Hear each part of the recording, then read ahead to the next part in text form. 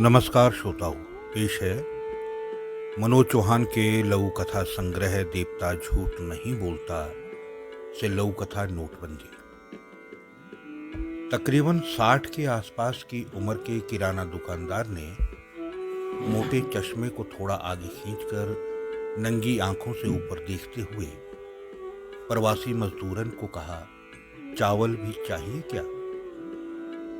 खरीदे हुए सामान और हाथों में पकड़े हुए रुपयों का हिसाब जोड़ते हुए वो बोली, चावल लेने तो है मगर पैसे कम है। दुकानदार ने उसकी बात को जैसे अनसुना सा कर दिया। दुकान में मजमा लगाए हुए गप्पियों में से एक बोल उठा, नोटबंदी से हालात खराब हो गए हैं। गरीब लोग जरूरत की चीजें भी नहीं खरीद पा रहे। ये फैसला ही गलत है। इसे तुरंत वापस लिया जाना चाहिए। दुकान से बाहर निकलती मजदूरन के कानों में ये शब्द पड़ गए थे। वो पीछे मुड़ते ही बोली, थोड़ी दिक्कत अवश्य हो रही है हम जैसे लोगों को, लेकिन ये सिर्फ कुछ ही दिनों की बात है। हालात हमेशा ऐसे नहीं रहेंगे। और रही चावल ना खरीद पाने की बात, तो वो मैं कल खरीद लूंगी। मेरा आदमी बैंक से रुपए बदलवा कर लौटता ही होगा। सभी गपिए ये सुनकर अवाक थे, जबकि दुकानदार अब चावल उधार ना देने के मलाल से हाथ मलने लगा था। अपने चेहरे पर उभर आए भावों को छुपाने के लिए वो मोबाइल से किसी को कॉल करने का उपक्रम करने लगा। तो श्रोताओं, ये थी मनोज चौहान के लघु कथा संग्रह देवता झूठ नहीं बोलता से लघु कथा नोटबंदी। उम्मीद है आपको अवश्य पसंद आई होगी। श्रोताओं, प्रस्तुत है एक और लघु कथा। शीर्षक है सीख।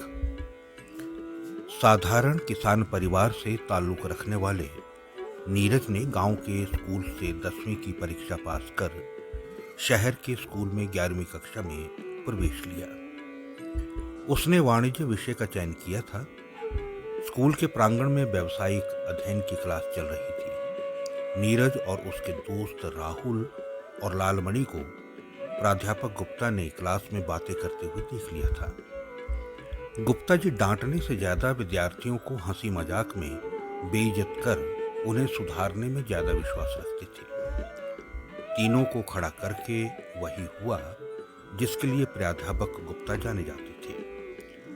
नीरज को तो गुप्ता जी ने अंत में ये तक सुना दिया, बेटा मुझे आपकी पढ़ने की नीयत नहीं दिख रही। नीरज को ये बात भीतर तक छू गई और पूरी क्लास के सामने उपहास बनाए जाना उसे आहत कर गया। कुछ दिनों के बाद पाठशाला में अर्धवार्षिक परीक्षाएं हुई। प्राध्यापक गुप्ता के हाथों में मूल्यांकित की हुई उत्तर पुस्तिकाओं का बंडल देखकर पूरी क्लास में सन्नाटा छा गया। जैसे ही गुप्ता जी ने उत्तर पुस्तिकाएं बांटना शुरू किया तो सभी की धड़कनें तेज होने लगी थी। नीरज अपनी पुस्तिका लेने आगे आया तो प्राध्यापक गुप्ता ने हैरानी से पूछा, क्या ये तुम्हारी उत्तर पुस्तिका है? जी सर, नीरज ने उत्तर दिया। मैंने अपने 25 वर्ष के अध्यापन कैरियर में आज तक ऐसी उत्तर पुस्तिका नहीं देखी। पूरी क्लास के सामने गुप्ता जी ने नीरज की पीठ थपथपाई और तालियां बजवाकर उसके प्रश्न के उत्तर देने के तरीके की जमकर तारीफ की। प्राध्यापक गुप्ता द्वारा उपहास करके दी गई सीख से नीरज के पांव धरती पर नहीं पड़ रहे थे। तो श्रोताओं, ये थी 2 लघु कथाएं, नोटबंदी और सीख। उम्मीद है आपको अच्छी लगी होगी। आज के लिए इतना ही। मिलता हूं फिर इसी संग्रह से कुछ और लघु कथाओं के साथ। नमस्कार।